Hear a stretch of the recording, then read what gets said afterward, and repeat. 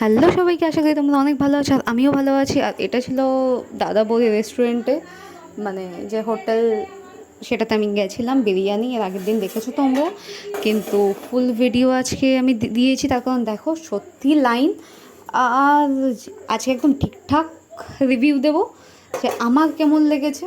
আর এই যে আধা ঘন্টা 45 মিনিট লাইন দিয়ে তারপরে বিরিয়ানি খাওয়া, বিশাল ব্যাপার। এই যে এটা হচ্ছে ভেতরে বসে খাওয়ার লাইন আলাদা করে, আর ওই দিকটা দেখো আরেকটা লাইনে রয়েছে, ওটা পার্সেল নেওয়ার জন্য।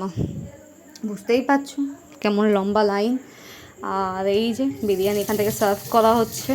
এই ব্যাপারটা আমার খুব ভালো লাগে, কলা পাতায় খাওয়াটা আমার খুব পছন্দ। আর মানে এতই লোক, এখন তো কোনো অকেশন নেই, পুজো নেই, কোনো কিছু নেই, তাও এত ভিড়। আর আলটিমেট আমরা সিট পেলাম। আমি আর আমার এক ফ্রেন্ড গেছিলাম, তো আমরা দুটো বিরিয়ানি নিয়ে নিলাম।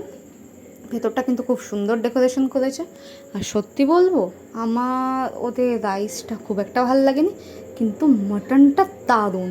আমি মাটন বিরিয়ানি অর্ডার করেছিলাম, মাটনের পিসটাও সুন্দর ছিল, প্রপার বয়েল হয়েছিল। আর টেস্টটা কিন্তু দারুণ। আমি এত জায়গায় বিরিয়ানি খেয়েছি, আমার কিন্তু দাদা বৌদির রেস্টুরেন্টে আমার কিন্তু মটনটা আমার দারুণ লেগেছে, এটা একদম সত্যি কথা। আর এদের মটনের সাইজটাও খুব সুন্দর।